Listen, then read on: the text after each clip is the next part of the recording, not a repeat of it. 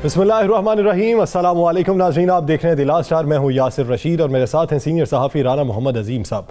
नाज़रीन, election commission of Pakistan ने senate election का शेड्यूल जारी कर दिया है। 3 तारीख को सेनेट इलेक्शन होंगे, यानी 3 मार्च को अब सेनेट इलेक्शन होंगे और कागजात नामजदगी जमा करवाने, वापस लेने और कागजात नामजदगी के बाद लिस्ट जारी होने के भी शेड्यूल जारी कर दिया गया। वज़ीर आज़म इमरान खान ने एक बड़ा ऐलान ये किया है कि पार्टी का टिकट उसे दिया जाएगा जो देरीना और नजरियाती कारकुन होगा। सरमायादाराना निज़ाम के तहत आने वाले लोगों को पार्टी टिकट नहीं दिया जाएगा। दीगर जमातें भी सेनेट इलेक्शन के लिए काफी तगोदो कर रही हैं और आपस में मेल मुलाकातें भी जारी हैं, रवाबित भी जारी हैं। MKM के एक साबिक रुकने कौमी असम्बली ने इंकशाफ किया कि 2018 में किस तरह वोट बिके, कहां पर लेन देन हुआ, ये बातें भी काफी मौजूए बहस हैं। तो मौजूदा दौर में क्या यही तरीका कार अपनाया जा रहा है या फिर इस इशू के बढ़ने के बाद कुछ हिफाजती इकदामात लोग अपनाना शुरू हो गए? इसी बारे में राना साहब से बात करेंगे। राना साहब, क्या हुकूमत मौजूदा सेनेट इलेक्शन में हॉर्स ट्रेडिंग को रोक पाएगी? तो नहीं रोक पाएगी, या सर बिल्कुल नहीं रोक पाएगी। ले मैं आपको इंकशाफ कर दूं, पंजाब में हुकूमती इत्तेहाद या हुकूमत को कोई ख़तरा नहीं। KPK, बलूचिस्तान और सिंध में तहरीक इंसाफ को शदीद ख़तरा। मैं तीनों सूबों को आपको बता रहा हूँ। मेरे पास एक मुसद्दक़ का इत्तला है कि अगर खुफिया बेल्टिंग के ज़रिए इलेक्शन होता है तो 11 अरकान, मैं कह रहा हूँ 11 अरकान KPK से, 6 अरकान इत्तेहादियों के बलूचिस्तान से, और सिंध के अंदर जहाँ तहरीक इंसाफ के लोग मौजूद हैं उनके भी कुछ लोगों से रवाबत मौजूद हैं, रवाबत हो चुके हैं, बहुत से मामला फाइनल हो चुके हैं। और इस बात का वज़ीर आज़म पाकिस्तान को इल्म है, इसलिए वो इस चीज़ों को रोकने की कोशिश कर रहे हैं कि इसको रोका जाए। उसके लिए उन्होंने काफ़ी हद तक काम कर भी लिया है। लेकिन मुतहर्रक तरीन जो लोग हैं, ये जो आज आपने देखा ना कि बड़े वसूख से कहा जा रहा है कि यूसुफ रज़ा गिलानी चेयरमैन सेनेट होंगे। हमने तो काफ़ी देर पहले डिप्टी चेयरमैन सेनेट का भी नाम दे दिया था कि PDM के डिप्टी चेयरमैन सेनेट के उम्मीदवार कौन होंगे, सेनेट के उम्मीदवार कौन होंगे। TV चैनल्स ने तो आज चलाया। तो ये इसीलिए नहीं हो रहा। ये वोट की तब्दीली, उसके बाद कहाँ से इलेक्शन लड़ना है, फिर वो इलेक्शन किस तरह जीतना है, उसके लिए प्लानिंग हो चुकी है। ब्रीफ केस जो है वो सूबों में किन किन के पास जाने हैं। जैसे मैंने कल कहा था कि दुबई में किस तरह किसको किस तरीके से पैसे मिलने हैं, अब पैसे तीसरे हाथ मिलने हैं और पेमेंट जो है वो मिल जानी है, लेकिन मुतलका शख्स के पास कब पहुंचनी है इसके लिए भी टाइम फ्रेम जो है वो तय हो चुका है। अब इंतज़ार सिर्फ सुप्रीम कोर्ट के फैसले का है। लेकिन मैंने आपको तीनों सूबे बता दिए हैं कि इन 3 सूबों के अंदर बड़ा खौफनाक खेल खेला जाएगा, बड़ा खौफनाक। वीडियो सामने आने के बावजूद भी, सब कुछ हो जाने के बावजूद भी ये अमल जारी है यासर। और ये इस पाकिस्तान की बदकिस्मती है कि यहाँ पर ऐसे अरकान असम्बली जो साबका द्वार में बिके, जो मौजूदा द्वार में बिकेंगे, जिनको हम अपना नुमाइंदा बनाकर भेजते हैं, जो असम्बलियों में जाते हैं, जिनके ज़रिए कानून साजी होनी होती है, जिनके ज़रिए इलाकों के काम होने होते हैं, जिनके ज़रिए हम अपनी तकदीरों के फ़ैसले करवाते हैं, जिनके ज़रिए असम्बली के अंदर बहुत से आइन कवानीन मंजूर किए जाते हैं, जिनको हम समझते हैं कि हमारा सब कुछ यही है, जिनकी काल पर लोग बाहर निकलते हैं, जब वो पैसे लेंगे, वो अपना ईमान बेचेंगे, वो अपना ज़मीर बेचेंगे, अपना वोट बेचेंगे। वोट बेचना क्या है? ज़मीर बेचना ना, अपना ईमान बेचना है ना, ये सारा कुछ है। तो ये हो रहा है। मैंने 3 सूबों को आपको बता दिया है, 2 सूबों में मैंने तादाद भी आपको बता दी है। इलेक्शन अगर खुफिया बेल्टिंग के जरिए हुए तो आप इलेक्शन डे पे हम यासर इसी तरह बैठे होंगे और ये तादाद आपको देख के नजर आ जाएगा कि क्या हुआ है। राना साहब, वीडियो स्कैंडल का क्या बनेगा? वज़ीर आज़म इमरान खान कहते हैं कि अगर मुझे पहले से इस वीडियो को मालूम होता तो पहले से एक्शन ले लेता। 2018 की एक फुटेज भी उनकी चल रही है जिसमें उनका यह कहना है कि बावसूख ज़राए के बाद जब यह तस्दीक हो गई कि इन्होंने पैसे लिए हैं तो तब जाके कार्रवाई की और हमारे पास वीडियो मौजूद है जिसमें ये नोट गिन रहे हैं। अब 2018 का एक बयान और 2021 का बयान, हकाइक क्या है इसमें? देखिए, मेरी इत्तला के मुताबिक इन्हें पहले इल्म था, बिल्कुल इल्म था। उसी बुनियाद पर तो उन 20 लोगों को निकाला गया था ना। तो अभी क्या ख्वाब आ गई थी? फिर वजीर कानून का क्या पहले से इल्म नहीं था इन्हें? बिल्कुल इल्म था। देखें, कुछ लोगों ने अगर उस वक्त यकीन दहानी करा दी हो, मैं नहीं कह सकता। यही तो एक सवाल है कि क्या इतने बड़े सरकारी हाउस के अंदर लेन देन, वीडियो बनना, इसके पीछे कोई तो ताकतवर शख्सियात है ना, कोई तो ऐसी शख्सियात थी कि जिनको अभी तक हाथ नहीं डाला गया। मैं आगे जाके वो भी बता दूंगा कि कब क्या होने जा रहा है, बता दूंगा बिल्कुल। आज के प्रोग्राम में हम बताएंगे कि कब क्या होने जा रहा है। यासर ये इंक्वायरी कमीशन बन गया, इंक्वायरी रिपोर्ट तैयार होगी। अब आपको ये भी बताता चलूँ, इस दफ़ा इस इंक्वायरी रिपोर्ट में बड़े बुर्ज उल्टेंगे। वज़ीर आज़म बहुत सख्त फैसले कर चुके और इस फैसलों से नुकसान गो उनकी जमात को होगा, उनको अपनी हुकूमत को हो सकता है नुकसान, लेकिन वो फैसला कर चुके हैं कि अब नुकसान होता है जो भी होता है, सेनेट इलेक्शन के बाद मैं ये कर दूँ। ये इंक्वायरी जो है ना कमेटी, आप क्या समझते हैं सेनेट से पहले आ जाएगी, सेनेट इलेक्शन से पहले आ जाएगा? कुछ नहीं आएगा सेनेट इलेक्शन से पहले, इसी तरह चलता रहेगा। सेनेट इलेक्शन के बाद बहुत सी चीज़ें सामने आएंगी, आपको तवक्को नहीं है, अवाम को तवक्को नहीं है जो चीज़ें सामने आएंगी। तो फिर इसे इंक्वायरी कमेटी ना समझे, सियासी कमेटी समझे? इसे अभी तो सियासी कमेटी समझे जी, अभी इसे सियासी कमेटी समझे, अभी हो नहीं सकता फौरी तौर पर। देखें कोई भी हुकूमत, शायद इससे पहले जो हुकूमतें थीं, आप देखें ये कारोबार कब से चल रहा है, ये पिछली दफ़ा तो नहीं चला, इससे पहले भी चला, उससे पहले भी चला, उससे पहले भी चला। क्यों नहीं किसी ने इसे बेनकाब किया? एक क्रेडिट तो दें आप तहरीक इंसाफ की हुकूमत को कि उन्होंने इन्हें बेनकाब तो किया ना, अपने लोगों के खिलाफ कार्रवाई तो की ना।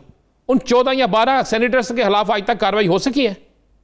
आपके सामने है, हमारे ही प्रोग्राम में इंकशाफ हुआ, मौलाना फजलुर रहमान के करीबी लोगों ने कहा जी हमने वोट बेचे, हमारे लोगों ने वोट बेचे, वोट बिकते थे, उन लोगों को सीट मिलती थी जिनका जमात से दूर दूर तक तलक नहीं होता था, वो फंडिंग देते थे या चंदा देते थे या वैसे हिदमत करते थे, जो भी होता था।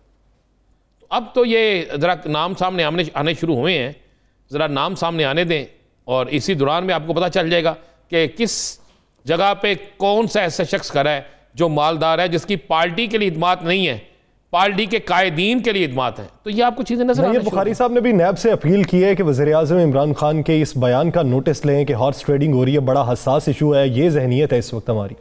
देखें इसमें तो मुझे बताए ना कि हॉर्स ट्रेडिंग नहीं हो रही है हॉर्स ट्रेडिंग, बिक रहे हैं। आज एमकेएम के रुकने क्या क्या कराची में क्या क्या कि कहाँ पे बैग दिए गए, कहाँ पे पैसे दिए गए, कौन पैसे लेता था, खुद उन्होंने कहा कि एमकेएम का एक शख्स बिका। क्या एमकेएम से ये तवक्को की जा सकती थी? मुकम्मल कभी सोच भी नहीं सकते थे। मैंने आपको बता दिया किन किन सूबों में काम हो रहा है।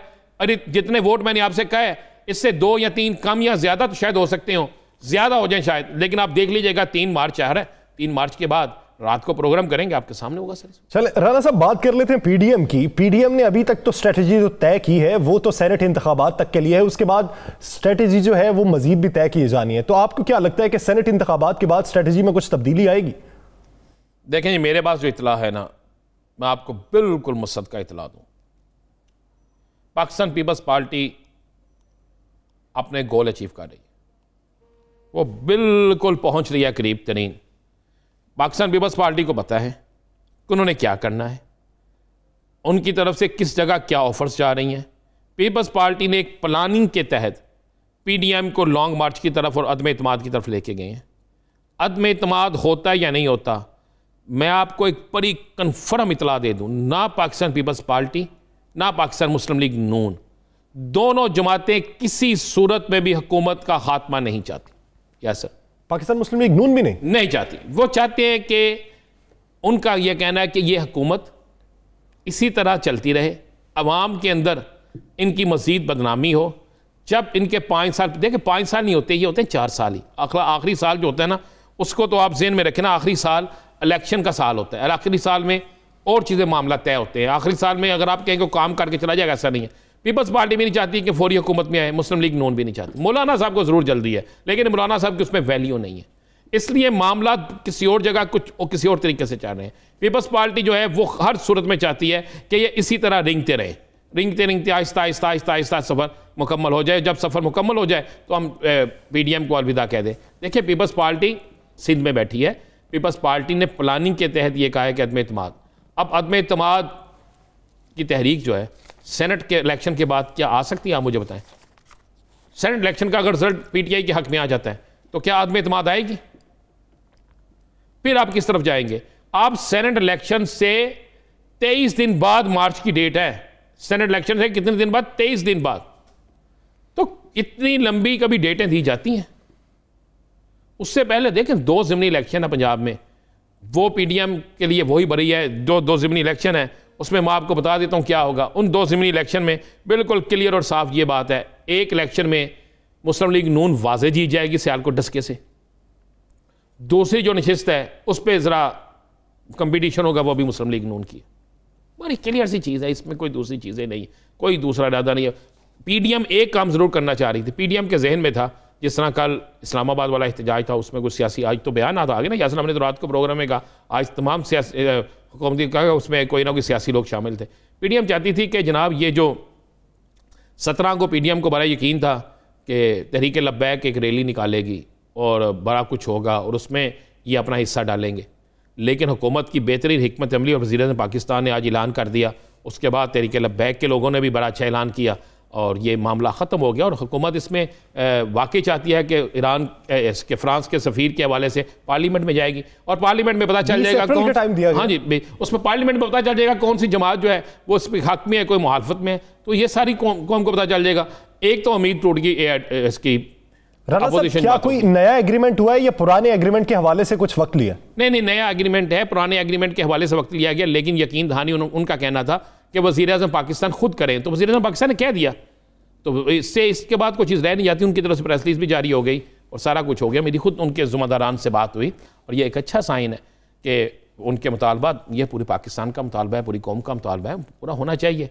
तो वज़ीर-ए-आज़म इस पे बड़े एक्टिव हैं, बड़े मुतहरक है और उन्होंने कहा हम पार्लियामेंट में लेकर जाएंगे और पार्लियामेंट में भी पता चल जाएगा बहुत सी जमातों का कौन इसके हक में। TLP को अपने मफाद के लिए इस्तेमाल कर सकती थी, यही होने जा रहा था। मैं बिल्कुल आपको मुसद्दका कह रहा हूँ, ये होने जा रहा था। उसमें कारकुन शामिल हो जाने थे। मैं आपको ऐसे पोस्टर दिखा देता हूँ सोशल मीडिया पे जो चल रहे हैं, जो मुत्तहिदा अपोजिशन की मुख्तलिफ जमातों के मुख्तलिफ रहनुमाओं की तरफ चल रहे थे कि 17 तारीख को ये किया जाए, 17 तारीख को ये किया जाए। भाई पहले क्यों नहीं आप कर रहे थे? पहले क्यों नहीं आप उसमें शामिल होते थे? पहले जब फैजाबाद वाले मामले में आप कहाँ थे? बहुत सी चीज़ें ऐसी हम कह नहीं सकते, बहुत सी चीज़ें थी, लेकिन TLP ने हुकूमत से कामयाब मुज़ाकरात, और मैं फिर कह रहा हूँ कि ये मुझे लगता है ये मसला हल हो जाएगा, इसलिए कि इमरान खान भी इस पर बड़े मुतहरक है, पूरी कौम भी जानती है, और खादम साहब रिजवी साहब के बड़े अच्छे काम है, उनके नमाज जनाजा, उनके चेहलम, ये साबित कर गया कि रसूल पाक सल्लल्लाहु अलैहि वसल्लम के चाहने वाले जो हैं वो बेइंतहा है। इस पाकिस्तान में हर बच्चा चाहने वाला है। तो ये चीज़ें सामने आ गई, इसको इस्तेमाल करना चाहते थे। लेकिन मैं आपको एक और खबर दे दूं, इन्होंने कोशिश की, लेकिन साद रिजवी साहब जो हैं, जो अब अमीर हैं, इन्होंने बिल्कुल वाज़े तौर पे इनकार कर दिया, बिल्कुल वाज़े। इन्होंने कह दिया तमाम सियासी जमातों से कि जिसने हमारे साथ शामिल होना है वो तरीके लब्बैक के इस मिशन में शामिल हो जाए कि रसूल पाक सल्लल्लाहु अलैहि वसल्लम पे जान भी कुर्बान है। अगर कोई सियासी जमात ये कहे कि हम उनके एजेंडे पे चलेंगे, कोई सियासी जमात ये कहे कि हम उसे इस्तेमाल करेंगे, हम उसके इस्तेमाल नहीं होंगे। आपने देखा ना के अंदर तीन मुजाहिरों के साथ अपोजिशन खड़ी होती दिखाई दी है, एक सानेहा मच, फिर इस्लामाबाद में ये मुजाहिरीन का, और तीसरा अब TLP, यानी किसी तरफ से सुनवाई नहीं हो सकी, अपोजिशन नहीं हो सकी जी। देखें, मैं तो कहा TLP पे नहीं, TLP के अपना उम्मीदवार आपको पता, मुस्लिम लीग नून और तहरीक इंसाफ दोनों के खिलाफ इलेक्शन लड़ रहा है डिस्का में, और बड़ा मजबूत उम्मीदवार है, अच्छे वोट लेगा, आपको नजर आ जाएगा। तो किस तरह हो सकता है? ये इस्तेमाल करने की कोशिश करना था इन्होंने, लेकिन नहीं हुए।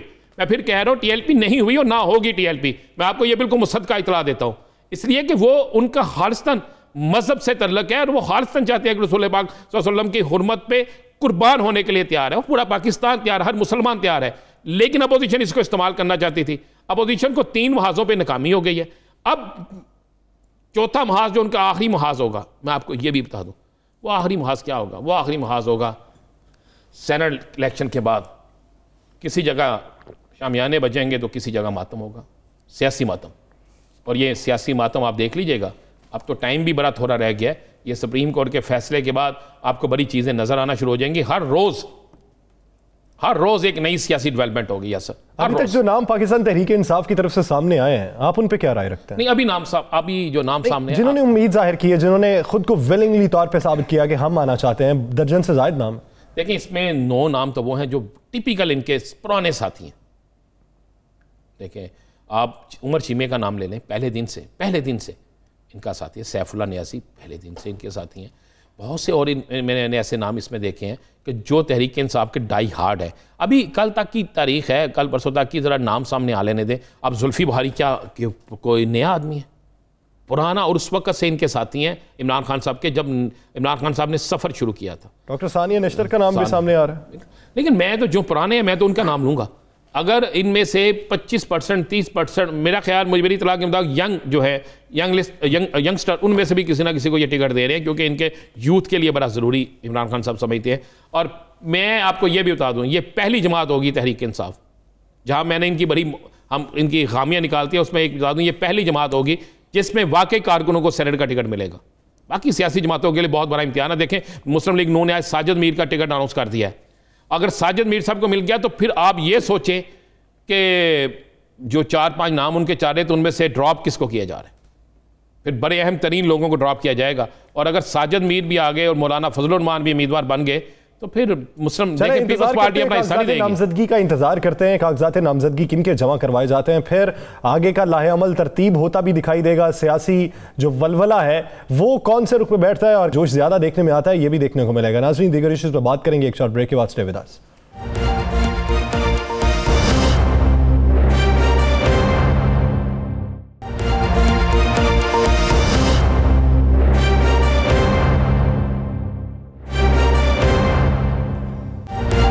Welcome back.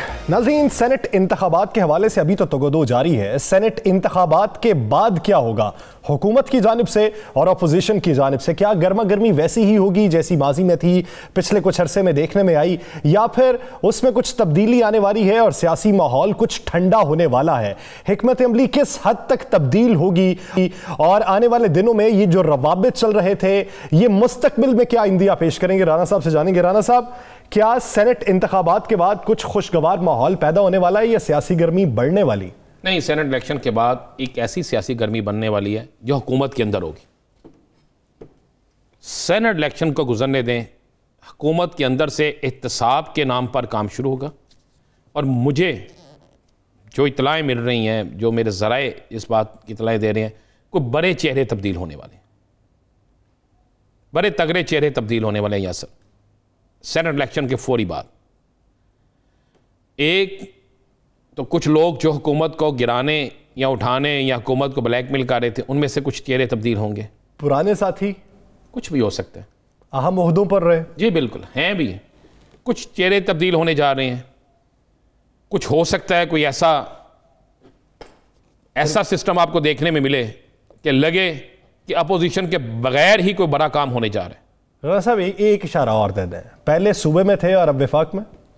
चले, कुछ भी आप देख लें, आप तो पहली ना देखें, मैं आपको बता रहा हूं कि बिल्कुल आप देख लीजिएगा। सर, मेरे पास जो है कि सेनेट इलेक्शन के फौरी बाद कुछ बड़ा होने जा रहा है, कुछ बड़ा होने जा रहा है। और तीसरी चीज़ मैं आपको बता दूं, बिल्कुल हुकूमत को एक चीज़ कह दी गई है, बिल्कुल वाज़ेह कह दिया गया है कि आप महंगाई पर कंट्रोल करें। एक टारगेट है, जिसने करप्शन के खिलाफ काम करना है वो करप्शन के खिलाफ वो दायरे काम कर रहे हैं, वो दायरे काम करें, कोई उसमें रायत ना दी जाए। महंगाई को कंट्रोल करें, ये 1 पॉइंट एजेंडा जो है, इस पर अब हुकूमत को बिल्कुल अपनी तवज्जो देने का कहा गया है। और अगर यासर मैं आपको बता दूं, हुकूमत इस 1 पॉइंट एजेंडे पर अमल ना कर सकी तो बगैर किसी अपोजिशन के हुकूमत के लिए बहुत बड़ा खतरा होगा। ये मैं आपको बिल्कुल मुसद्दका चीज़ कह रहा हूं, बगैर किसी अपोजिशन के कुछ किए हुकूमत के अंदर ही हुकूमत को सबसे बड़ा खतरा पैदा होगा। अगर इन्होंने इस महंगाई को कंट्रोल ना किया, और महंगाई को कंट्रोल ये कर सकते हैं, अब क्या वजूहात हैं, कौन इनको ऐसे करने से रोक रहा है, कहां पे इनको रुकावट पेश आ रही है, ये वज़ीर आज़म पाकिस्तान को देखना होगा। लेकिन वज़ीर आज़म हर बार ये ऐलान करते हैं, बयान भी देते हैं कि डॉलर की कीमत की वजह से इस वक्त महंगाई उरूज पे आई, सबसे ज़्यादा कारोबारी तबके के अलावा ये जो रोज़गार के पेशे से वाबस्ता है वो ज़्यादा मुतासिर हुए। तो उससे तो ये उम्मीद नहीं आती कि आने वाले दिनों में कुछ तब्दीली आने वाली। तो फिर देखें, आप ज़हन में रखिएगा यासर, आम आदमी जो है ना, एक आम आदमी, उसके लिए आप 1 अरब की आपके स्टॉक एक्सचेंज में हुआ, उसके लिए कोई इशू नहीं है। उसको चाहिए सस्ती सब्जी, उसको सस्ता आटा चाहिए, उसको तो मिलता है 1 रुपये 53 पैसे बिजली महंगी, उसको ये चीज़ें सस्ती चाहिए। जब आप नहीं देंगे तो फिर एक ऐसी मूव बनती है, देखें, जिसका असर आपके अरकान असम्बली पे भी होता है, जिसका असर उन अदारों के अंदर भी होता है, नीचे से लेकर ऊपर तक। फिर आपसे पूछा जाता है, फिर आप पर प्रेशर आता है, और ये प्रेशर जो है हुकूमत बर्दाश्त नहीं कर सकेगी। मैं फिर इसलिए कह रहा हूँ कि इनको फाइनल किसी तरफ से ये कह दिया गया है कि महंगाई को कंट्रोल करें। अब इन्होंने महंगाई को किस तरह कंट्रोल करना है, क्या सब्सिडी देनी है, क्या कोई सख्ती करनी है, क्या किसानों को जो है सहूलतें देनी है, क्या चीनी पर कुछ देना है, क्या आटे पर कुछ देना है, क्या घी पर कुछ करना है, क्या बिजली पर कुछ करना है, राना साहब, क्या आप गैस ये पर कुछ करना समझते है? हैं कि सब्सिडी किसी मसले का हल होती? यानी अवाम से पैसा लिया, अवाम को वापस कर दिया, वो तो हल नहीं है ना। आपने जब मार्केट कंट्रोल नहीं कर सकते तो सब्सिडी देने से वो तो अवाम का ही पैसा आप खर्च कर रहे हैं। देखिए यासर, जब आपके पास अब इसके अलावा हल कोई नहीं है, क्या करेंगे? चलिए मुझे बता दें क्या करेंगे, इसके अलावा कोई हल बता दें मुझे। आम आदमी जो है, आम लोग जो हैं, जो सरकारी मुलाजमीन हैं, जो बेचारे दूसरे लोग हैं मुलाजमीन हैं, उनकी तनख्वाहें तो कटी हैं, कम हुई हैं। सरकारी मुलाजमान को तनख्वाहों में इजाफा तो नहीं हुआ। अब इजाफा अगर हुआ है तो महंगाई की रेशो देख लेना क्या है, इस पर आपको करना पड़ेगा। देखिए मैं आपको फिर कह रहा हूं, मैं कुछ इशारे दे रहा हूं कि ये इन्हें कह दिया गया है कि बस जो काम करने वाला उसको करे। सियासत ताबी होती है भाई, इनके अपने अरकान असेंबली जो है इजलासों में कह रहे हैं जनाब महंगाई, लोग हमें वोट नहीं देंगे। आम आदमी जब चीखता पुकारता बाहर निकलेगा तो अपोजिशन की तहरीक जो है खुद बहुत बन जाएगी। गर्मियां आ रही हैं भाई, गर्मियों में लोड शेडिंग हुई तो आपको पता गली गली मोहल्ले मोहल्ले एहतजाज होना है। उसके लिए क्या इन्होंने हल किया है? जिसके घर 50,000 का बिल जाएगा, जो 15,000 जाता था, तो वो कहां से देगा? खुदकुशियां करेगा, चोरियां करेगा। तो ये यासर आने वाले, जो मैं आपको बता रहा हूं कि सेनेट का इलेक्शन के बाद कोई अच्छा वक्त नहीं है हुकूमत के लिए। चेहरे तब्दील होंगे, जब चेहरे तब्दील होंगे तो बहुत से लोग जो है वो अपनों के खिलाफ हो जाएंगे। इत्तेहादी साथ रहेंगे या कोई इत्तेहादी भी अलग? इत्तेहादी अलहदा नहीं होंगे जी, अब इनके अंदर से ही कुछ एहतसाब होगा। और खान साहब फैसला कर चुके हैं। खान साहब ने, आपको पता है, ये 20 अराकीन को पैसे देने का मामला आप समझते हैं ख़त्म हो जाएगा? इस पर खामोशी रहेगी? ये वीडियो सामने आ गई है, अब किस तरह खामोशी रहेगी? कौन इस पर मुलव्वस है? सब चीज़ें बाहर नहीं आएंगी।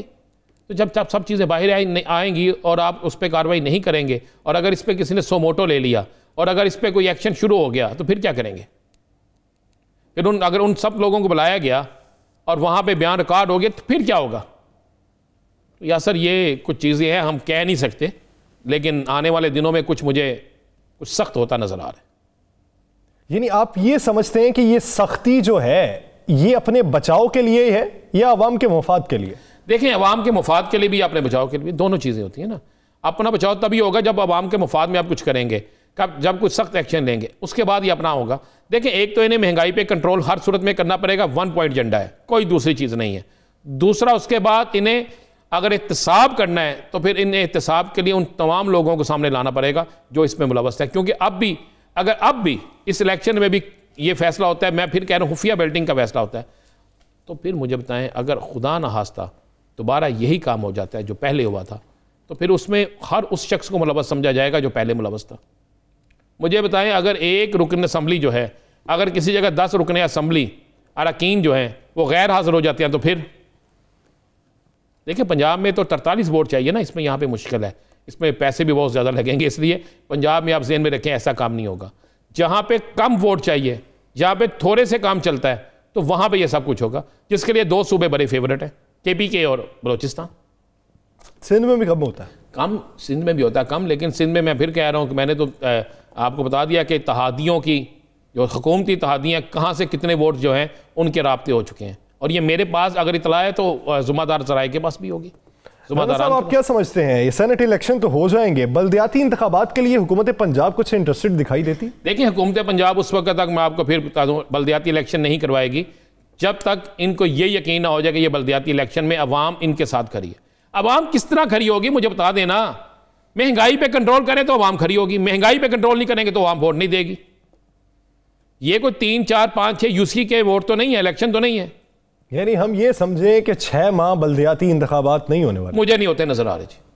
आज आप देखें ना, हल्का बंदियों पे उन्होंने कहा जी जब तक पंजाब हुकूमत अपना नया प्रोजेक्ट नहीं लाएगी, प्लान, हम हल्का बंदियाँ नहीं कर सकते। तो नया प्लान आएगा, हल्का बंदियाँ 5 दिन में हो जानी है, उस पर इतराज़ात होते हैं, इतराज़ात के बाद उसके बाद जाके सारा कुछ होता है। ये तो अभी बड़ा टाइम लगेगा। यानी बल्दियाती इंतखाबात अपनी परफॉर्मेंस बेहतर होने के बाद होंगे और इस सेनेट इंतखाबात के बाद कुछ बड़े पैमाने पर तब्दीलियां होने वाली हैं और 1 पॉइंट एजेंडा तश्कील दे दिया गया है कि महंगाई पर काबू पाना होगा तभी कुछ डिलीवर कर सकते हैं, वरना फिर घर को जाना होगा। नाज़रीन, दीगर इश्यूज पर बात करेंगे एक शॉर्ट ब्रेक के बाद। Stay with us.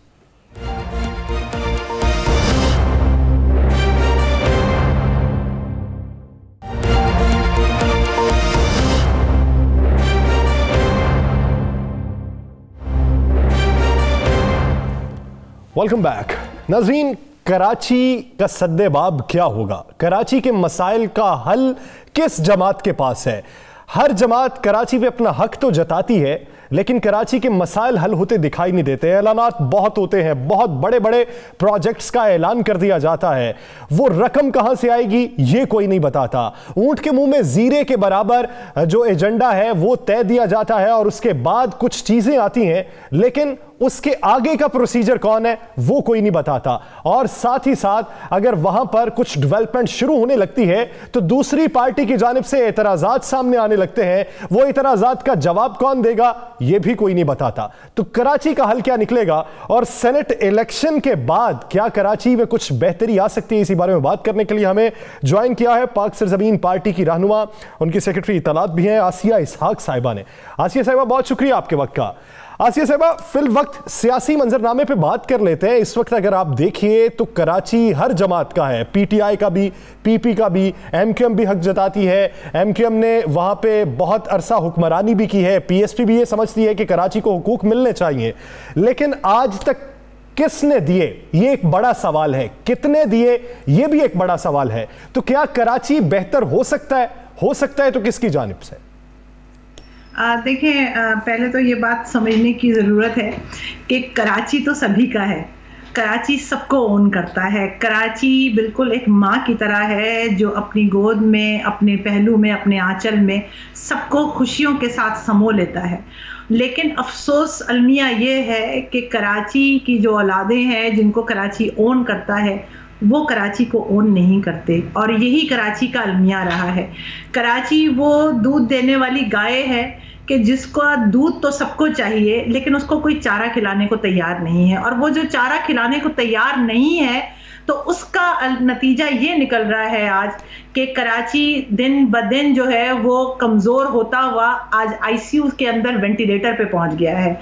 और ये वाली बात करना कि सब अपने दावे करते हैं, कराची से सबको सीटें चाहिए, इलेक्शन में जीत चाहिए, जिसका आपने अभी अमली मुजाहरा देखा है ना इलेक्शन के अंदर कि यहाँ से पाकिस्तान तहरीक इंसाफ जीत गई, और जीत जाने से पहले जो उनके वादे वईद थे कि भाई हम कराची को बिल्कुल बदल के रख देंगे, सो मच सो कि प्राइम मिनिस्टर का इलेक्शन जो है वो प्राइम मिनिस्टर ने आसिया इसहाक साहब आगे चलते हैं। सिंध में बड़ा एक शोर मचा हुआ है कि 6 साल पुरानी को गंदम है वो निकाल के अब उसको उसकी सप्लाई की जाने लगी है, उसको दिया जाने लगा। क्या कोई ऐसा वाक्य है, वाकई इसमें कोई हकीकत है? और 6 साल पुरानी गंदम के बाद तो बहुत बड़ा तूफान आएगा। ये खबर तो हमने भी पढ़ी है अजीम भाई के 6 साल पुरानी गंदम पाकिस्तान पीपल्स पार्टी की जो गवर्नमेंट है वो निकाल के और वो अब डिस्ट्रीब्यूट करेगी। और मैं आपको बताऊं उसकी क्या ये खबर है या इसमें कोई हकीकत भी है? मैं अभी हमारे पास तो यही खबरें ही आ रही हैं, जो खबरें हैं वो यही है कि भाई 6 साल पुरानी गंदम है, क्योंकि अगर ये कोई खबर ठीक नहीं होती तो अब तक गवर्नमेंट ऑफ सिंध की कोई तरदीद आती, लेकिन अब तक कोई तरदीद नहीं आई है राना अजीम साहब, जो इस बात का सबूत है कि वाकई इस खबर के अंदर सच्चाई है। और 6 साल पुरानी गंदम वो निकाल रहे हैं, और उस 6 साल की गंदम में, पुरानी गंदम में आधा कराची को सप्लाई होगा, आधा कश्मीर और इंटीरियर सिंध को सप्लाई होगा। वो सिंध जहां पर कुत्ते के काटने की वैक्सीन इस वक्त मौजूद नहीं है, वो सिंध जहां पर डिस्ट्रिक्ट म्युनिसिपल हॉस्पिटल्स जो हैं वो काम नहीं कर रहे हैं, वो सिंध जहां पर पीने का साफ पानी मुयस्सर नहीं है, वो सिंध जहां पर तालीम नहीं है, उस सिंध के अंदर एक नया बहुत बड़ा एक अलमिया, इंसानी अलमिया जन्म लेने के दर पर है कि जब 6 साल की गंदम, वो पुरानी गंदम जो जानवरों के इस्तेमाल के भी नहीं है, वो आप जब इंसानों को खिलाएंगे तो क्या आप ये समझती हैं कि ये सिर्फ सियासी मुखालिफत की वजह से हुआ? जब वफाकी हुकूमत ने गंदम के इजरा के हवाले से मुतालिबा किया तब सिंध हुकूमत ने वो गंदम रिलीज नहीं की, और अब वक्त गुजरने के बाद पुरानी गंदम, अब इससे अंदाजा लगाइए कि अगर इतने साल पुरानी गंदम है तो कितने साल वफाकी हुकूमत की इस्तदा के बावजूद अवाम तक उनका हक नहीं पहुंचाया गया। मैं आपको यही बता रही हूँ ना कि पाकिस्तान पीपल्स पार्टी की गवर्नमेंट ने सिंध के साथ वो सलूक किया है जो मफतूहा फौजें जो है वो पता करने वाले इलाकों के साथ नहीं करती हैं। यहां पर इन्होंने तिल तिल करके मार दिया है। अच्छा, सिर्फ यही नहीं है कि कराची में रहने वाला कोई उर्दू बोलने वाला या पठान या पंजाबी, इंटीरियर सिंध के सिंधी बोलने वाले जो है वो तबाहाल हैं। वो आप उनकी हालात तो देखिए कि वो वहां नौकरियां नहीं है, वहां तालीम नहीं है, वहां सूरत हाल इतनी खराब है। तो जहां तक आप वफाक और सूबे सिंध की हुकूमतों के बारे में बात कर रहे हैं, मैं बिल्कुल वाज़े लफ्जों में आपको बता दूं कि दोनों सिर्फ और सिर्फ पॉइंट स्कोरिंग कर रहे हैं, दोनों सिर्फ सियासी खेल खेल रहे हैं, दोनों का मतमाए नजर सिर्फ ये है कि किस तरह मीडिया पर जो है वो एक दूसरे को रजील किया जाए। बाकी अवाम से ना पीपल्स पार्टी की सिंध गवर्नमेंट को कोई सरोकार है, ना वफाक को कोई सेनेट इलेक्शन का शोर मचा हुआ है। हुकूमत चाहती है कि ये ओपन बैलेट हो और करप्शन और जो रिश्वत और जो बिकने का सिलसिला ये ख़त्म हो। आपकी जमात किस हक में है? देखिए राना साहब, हमारा पाक सरजमीन पार्टी का पहले दिन से ये मौक़िफ़ है कि पाकिस्तान का मौजूदा निज़ाम जो कि इंतहाई बोसीदा हो गया है, वो अब मज़ीद नहीं मुतहम्मिल हो सकता कि उसको चलाया जा सके, और अगर इस पर मज़ीद चलाया गया तो नाकाबिल तलाफ़ी नुकसान हो जाएगा पाकिस्तान को। हम सिर्फ ये बात नहीं कहते कि जी आप सेनेट के इलेक्शन के अंदर ओपन बैलेटिंग की बात करें, भाई आप रिफॉर्म्स लेकर आए, आप इलेक्ट्रल रिफॉर्म लेकर आए, सिर्फ सेनेट के इलेक्शन के अंदर क्यों रिफॉर्म्स लेकर आए, आप सब में लेकर आए। आप 2018 का इलेक्शन क्या राना साहब हम भूल गए हैं कि 2018 के इलेक्शन के बाद क्या शोर मचा जो आज तक चल रहा है कि जी हमारा इलेक्शन चोरी हो गया। हम नहीं चाहते कि किस तरीके से चोरी हो गया, लेकिन उसकी वजह बुनियादी यही है ना कि पिछली हुकूमतों ने भी और मौजूदा हुकूमतों ने भी रिफॉर्म्स नहीं किए, खुसूसन इलेक्ट्रल रिफॉर्म नहीं किए। ये भी जो हुकूमत है, डेफिनेटली इसकी टाइमिंग के ऊपर बात की जा सकती है कि भाई एन इलेक्शन से पहले सेनेट इलेक्शन के अंदर ओपन बैलेट का ख्याल क्यों आ रहा है। इसका मतलब है कि कुछ दाल में काला है। मोस्ट प्रोबेबली शायद यही वजह है कि जिस तरीके से पाकिस्तान तहरीक इंसाफ ने एमपीएस को इकट्ठा किया था, आप मुझसे बेहतर जानते हैं कि जहाज चल रहे थे, तो अब उनको संभालना हो सकता है मुश्किल हो रहा हो। तो पॉइंट इज दैट कराची की सियासत में काफ़ी इन है, जैसे आज महफूज यार खान साहब ने इल्ज़ामात लगाए हैं और ये कहा कि शहला रजा साहिबा, निसार खोड़ो साहब बाकायदा तौर पे इन्वॉल्व रहे हैं और कॉल्स करके लोगों को ख़रीदने की कोशिश करती रहे हैं। तो क्या आप उनके इन मौक़िफ़ की तायीद करती हैं?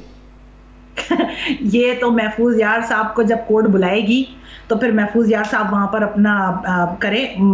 डेफिनेटली देखें, इसमें तो कोई शक की गुंजाइश नहीं है कि पाकिस्तान के पिछले इलेक्शंस के अंदर, सेनेट के इलेक्शंस के अंदर जो है वो ओपन बैलेट ना होने की वजह से डेफिनेटली लोगों ने इधर से उधर किया है, पैसे का सिलसिला चला है। लेकिन मुझे आप ये बताइए ना कि जिस वीडियो को लेके सेनेट के इलेक्शन की बात हो रही है, उसके अंदर तो लेने वाले भी पाकिस्तान तहरीक इंसाफ के, देने वाले भी तहरीक इंसाफ के, वीडियो बनाने वाले भी तहरीक इंसाफ के। ये ऐसा लग रहा था कि ये सिर्फ और सिर्फ एक जो वीडियो रिलीज की गई उसका मतमय नजर सिर्फ ये था कि अदालत के ऊपर, सुप्रीम कोर्ट के फैसले के ऊपर शायद असरअंदाज हुआ जाए। नहीं, ये जो सिंध में जो कहा गया कि एमकेएम के वोट बिके हैं, हम उसके हवाले से बताएं, क्या वाकई बिके हैं और क्या वाकई अब ये खेल शुरू है? सेनेट का इलेक्शन तो आ गया ना। देखिए, हम पहले दिन से मुस्तफा कमाल साहब एक साथ बात करते हैं, और वो ये कि ऐसा हो नहीं सकता कि कोई तबाह खराबी करे और वो बगैर अल्लाह सामने आए हुए वो रह जाए। अगर महफूज यार खान साहब आज सामने आए हैं तो ये एक एक चीज़ आप मुझसे आज लिख कर रख लें राना साहब, एक एक बात खुलेगी, सिर्फ एमक्यूएम की नहीं खुलेगी, सबकी ही खुलेगी, चाहे वो पीपल्स पार्टी की हो, चाहे वो पीएमएलएन की हो या तहरीक इंसाफ की हो या कोई भी हो। इन्होंने अगर बेचे हैं तो डेफिनेटली बेचने वाले भी होंगे और बिकवाने वाले भी होंगे और डेफिनेटली खरीदने वाले तो हैं। ये बिल्कुल मैं बड़ी अजीब सी एक बात करूंगी, वो ये बिल्कुल ऐसा ही है कि जी खरीदने वाले और लेने वाले तो बुरे हैं, लेकिन जो बिकवा रहा है उसका कहीं पूरी कहानी में जिक्र क्यों नहीं है?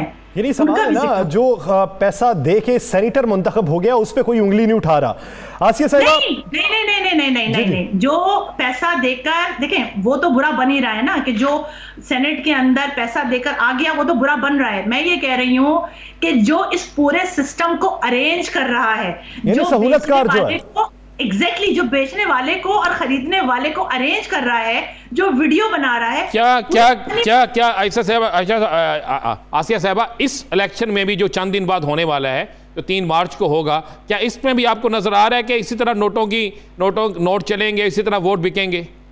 देखिए, मैं आपको सिर्फ एक बात ये बता सकती हूँ जो एक तालिब इल्म की हैसियत से सियासत के, वो ये कि देखिए आप ये रास्ता नहीं रोक सकते। आप जिनको पैसों से खरीद कर अपनी सियासी जमातों के अंदर भरते हैं, उनका दीन ईमान पैसा होता है, उनके लिए पार्टी की एफिलिएशन कोई मैटर नहीं करती। वो आज एक पार्टी में है, कल दूसरी पार्टी में होंगे और वो इसी तरीके से वोट बेचते रहेंगे। हाँ, बोली बढ़ जाएगी, ये आप आज मुझसे लिख लीजिएगा। जो बोली शायद पहले 4 लाख, 3 लाख, 5 लाख की थी, अब वो तो बकौल शायद प्राइम मिनिस्टर साहब के, जो उन्होंने खुद कह दिया है कि 70 लाख तक गई। 70 करोड़ तक गई है जी, लाख नहीं, लाखों वाला काम खत्म हो गया है। 70 करोड़ एग्जैक्टली, सॉरी, मैं 70 लाख, लाखों में तो अब आप बल्दियाती उम्मीदवार खरीदेंगे ना कराची में। 70 करोड़, मैं 70 करोड़ की बात कर रही हूँ कि पहले 5-7 करोड़ की बात हो रही थी, अब 70 करोड़ की उन्होंने बात कर दी है। तो राणा साहब, बोली बढ़ जानी है, ऐसा बाकी ऐसा कुछ भी नहीं होना कि जो है वो सब कुछ साफ रहेगा। ये तो इस वक्त जो आप क्या समझती हैं, इख्तियारात की निचली सतह तक मुंतकली से ही निजाम बेहतर हो सकता है? तो बल्दियाती इंतखाबात कहीं पे होते दिखाई नहीं दे रहे, तो पाक सरजमीन पार्टी का मौक़िफ़ क्या है कि सिंध में बल्दियाती इंतखाबात ना होने की बड़ी वजह क्या है? देखिए, बड़ी वजह तो ये है ना कि प्राइम मिनिस्टर साहब जो हैं, उनके पास इस वक्त 2 बड़े सूबे हैं, बल्कि 3 बड़े सूबे कह लें अगर कोलिशन के अंदर बलूचिस्तान को ले लिया जाए, खैबर पख्तूनख्वा और पंजाब। प्राइम मिनिस्टर आज ऐलान करवाएं कि जी पंजाब के अंदर और खैबर पख्तूनख्वा और बलूचिस्तान के अंदर इलेक्शन है, और उसके बाद चीफ मिनिस्टर सिंध से बात करें कि भाई देखो, हमने तीनों सूबों में करवा दिए हैं, अब तुम्हारी जिम्मेदारी है कि तुम यहाँ पर सिंध के अंदर करवाओ। लेकिन राना अजीम साहब, और मैं आपको एक बात बताऊं, ये इलेक्शन इस तरह से नहीं होते, इसलिए कि इनको पता है, तहरीक इंसाफ वालों को पता है कि इन्होंने जिस दिन बल्दियाती इंतखाबात कराए, इन्होंने पंजाब से भी फारिग हो जाना है और KPK से भी फारिग हो जाना है। तो ये वो रीजन है। और अभी इस्लामाबाद का जो इलेक्शन हुआ था बल्दियाती, अगर आपने उसको देखा, आप इलेक्शन में हिस्सा लेंगे, बल्दियाती इलेक्शन में भरपूर हिस्सा लेंगे, सेनेट्स में तो आप हिस्सा नहीं ले रहे।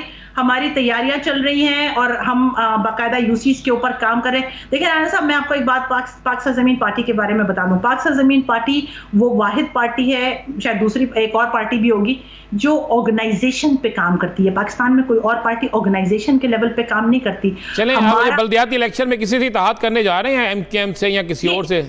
नहीं, ये सब कुछ बहुत कबलस वक्त है। हमारा एक एजेंडा है, हमारे 6 नुकात हैं। उन 6 नुकात के ऊपर जो हमारे साथ आके खड़ा होगा और आके हमारी सपोर्ट करेगा, डेफिनेटली। साहब, आपको नहीं लगता कि सोलो फ्लाइट मौजूदा हालात में नुकसानदेह है? अगर किसी ना किसी के साथ इत्तेहाद किया होता तो सेनेट में भी कुछ ना कुछ हिस्सा मिल सकता था। आप इस सेनेट की बात कर रहे हैं, उस पार्लियामेंट की बात कर रहे हैं, उस गवर्नमेंट की बात कर रहे हैं कि जहां लोग बद्दुआएं दे रहे हैं। आप चाह रहे थे कि हम तो अल्लाह का शुक्र अदा कर रहे हैं कि भाई हम इस सिस्टम का हिस्सा नहीं बने। आज तो जो इस सिस्टम का हिस्सा है, चाहे वो हुकूमत में बैठा है, चाहे वो अपोजिशन में बैठा हुआ है असेंबलीज के अंदर, आज अवाम उनको बद्दुआएं दे रही है। आप देखें ना राना साहब, आप माशाल्लाह लाहौर में बैठे हुए हैं, आपको पता है कि इस वक्त पंजाब के 6 लाख बच्चे जो हैं वो 1 साल के दरमियान में स्कूल से बाहर हो गए हैं। सिर्फ 19,000 बच्चा लाहौर से स्कूल से, सरकारी स्कूलों से बाहर हो गया है। क्या है, गुर्बत का लेवल इस हद तक आ गया है कि लोगों ने सबसे पहले अपने बच्चों को स्कूलों से निकाल लिया है। इसके ऊपर कोई बात नहीं करता। यानी गुर्बत और बेरोजगारी में इजाफा हुआ है, इस पे सवाल होना चाहिए। अपनी डिलीवरेंस बेहतर करनी चाहिए, गवर्नेंस बेहतर करनी चाहिए, तभी इख्तियारात निचले सतह पर मुंतकिल हो सकता है। बहुत शुक्रिया साहब इस हवाले से अपना वक्त देने के लिए। नाज़रीन, दीगर इश्यूज पर बात करेंगे एक शॉर्ट ब्रेक के बाद। Stay with us.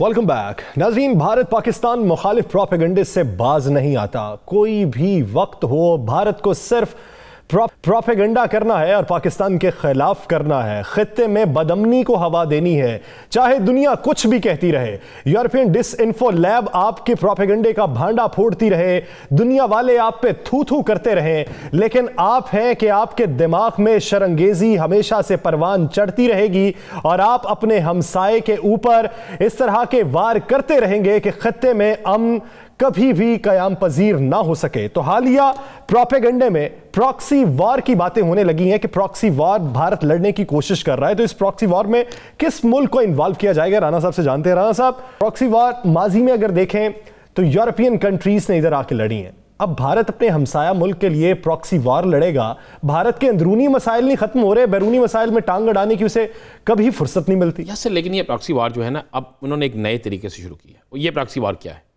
मैं आपको थोड़ा सा समझा दूं। ये प्रॉक्सी वार ये है, मैं आपको वो चीज़ कह रहा हूँ जो रिपोर्टेड हुई है।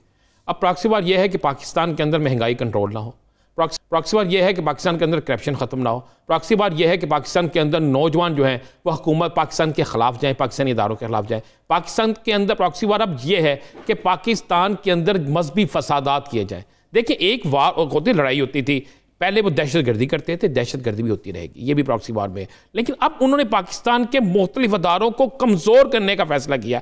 अदारे किस तरह कमज़ोर होंगे? अदारे कमज़ोर करने के लिए उन्होंने सबसे ज़्यादा अब तवज्जो देनी शुरू कर दी है पाकिस्तान के अंदर तलीमी इदारों पर।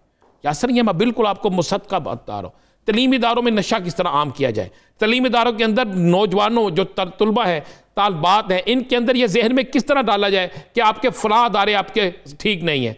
पाकिस्तान के अहम तरीन अदारों के ख़िलाफ़ किस तरीके से तलबा को किया जाए। और मैं आपको यह बता दूँ, इसके लिए भारी फंडिंग कर दी गई है। और दूसरे ममालिक में यूरोप के 3 ममालिक उसमें शामिल हैं, और एक हमारा हमसाया बिल्कुल करीब मुल्क है वो है, और एक भारत के साथ जिसकी सरहद लगती है आजकल, मैं आपके नाम ले देता हूँ, खटमंडो, जिसमें ये वहाँ से वहाँ पे बाकायदा पाकिस्तान से मुख्तलिफ असातिज़ा, मुख्तलिफ यूनिवर्सिटियों के तलबा को टूर्स के लिए बुलाया जाता है, मुख्तलिफ NGOs उस पर फंडिंग करती है। फिर वहाँ पर जो टूर्स जाते हैं, वहाँ पर जो एक कॉन्फ्रेंस होती हैं, उनमें सिर्फ और सिर्फ एंटी पाकिस्तान बात की जाती है, पाकिस्तान के दारों के ख़िलाफ़ बात की जाती है।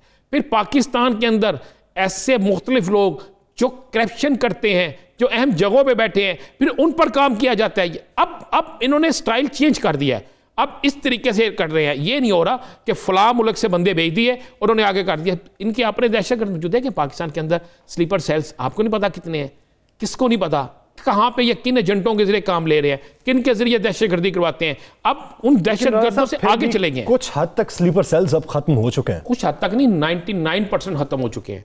1% है, वो भी इंशाल्लाह ख़त्म हो जाएगा। और हमारे पाकिस्तानी इदारों ने इस पर बड़ा बेहतरीन काम किया है। ISI, MI, इन्होंने तो कमाल कर दिया। और अफवाज पाकिस्तान की कुर्बानियाँ किसी से ढकी छुपी नहीं, पुलिस की कुर्बानियाँ किसी से ढकी छुपी नहीं, आवाम की कुर्बानियाँ किसी से ढकी छुपी नहीं। ये सेल्स ख़त्म करने में इसी तरह ख़त्म तो नहीं हुई। ये दहशतगर्दी यहाँ पे रोज़ाना आपको हमें मिलती थी खबर, 100, 150, 200, 300 लोग, कोई मस्जिद जो है वो महफूज नहीं थी, मज़ार महफूज नहीं था, बाज़ार महफूज नहीं था, मदरसा महफूज नहीं था, घर महफूज नहीं था, दफ्तर महफूज नहीं था, कोई जगह महफूज नहीं थी। तो उस जगहों पे ये सबको महफूज अब होगी ना। अब तो आप आज़ादी से मस्जिद में नमाज़ पढ़ते हैं, मदरसों में जाते हैं, आप मज़ारात पे जाते हैं, आप गली मोहल्लों, बाज़ारों, चौकों चौराहों पर फिरते हैं, कोई ऐसा खतरा नहीं है। तो ये सारा कुछ ख़त्म किया। प्रॉक्सी वॉर का एक और भी तो तरीका है ना, जैसा कि आज जो देखने मिला 2:50 पर आज दोपहर हमारे बाजोड़ के इलाके में और उसके साथ मुल्हिका इलाकों में 5 रॉकेट फायर किए गए अफगानिस्तान की जानिब से। तो ये भी भारत की इन्फ्लुएंस की जानिब से ही होता है। आप उसे अफगानिस्तान ना कहें, वहां पे जो कुछ हो रहा है ना, वो सब NDS और RA मिलके कर रही है। और वहां पे ये जितनी अफगानिस्तान की फौज है, उसमें अक्सरियत ऐसे लोगों की मौजूद है जो भारत नवाज है, जिनको वहाँ पे RA की ट्रेनिंग हासिल है, जिनको NDS की ट्रेनिंग हासिल है। वो रॉकेट जो फायर करते हैं वो उनके कहने पे करते हैं। और आप देखें ना, जिस वक्त ये रॉकेट फायर होती है, ये सब कुछ होता है, उसके कितनी देर बाद भारतीय मीडिया किस तरह उछालता है इन सब चीज़ों को। आपको हमें ये भी देखना होगा कि ये कौन कौन कहाँ पे किस तरह कर रहा है, इसके पीछे कौन खड़ा है। तो अब इसे अफगान ना कहें, इसे कहें अफगानिस्तान और इंडिया, भारत, ये मिल के कर रहे हैं। ये मैंने कहा कि कई महाजों पे ला रहे हैं। अब इन्होंने पाकिस्तान के अंदर ये प्रॉक्सी वार दूसरे महाजों पे भी शुरू कर दी है कि किसी ना किसी तरीके से पाकिस्तान के अंदर ऐसा माहौल पैदा हो कि पाकिस्तान के दायरे कमजोर हो और पाकिस्तान ऐसी अफरा तफरी में बसा रहे कि पाकिस्तान का ध्यान दूसरी तरफ ना जाए। ये अल्लाह का शुक्र हमारे इदारे मुतहर्रिक हैं, मुंह तोड़ जवाब दिया जाएगा ऐसे तमाम प्रोपेगेंडास का। और इसके साथ साथ भारत को सबक भी सिखाया जाएगा कि आने वाले दिनों में इस तरह की हिकमत अमली भारत की जानिब से अगर आएगी तो उसके दांत खट्टे किए जाएंगे। नाज़रीन, द लास्ट स्टार से नज़ीम साहब को दीजिए इजाजत। अल्लाह निगहबान।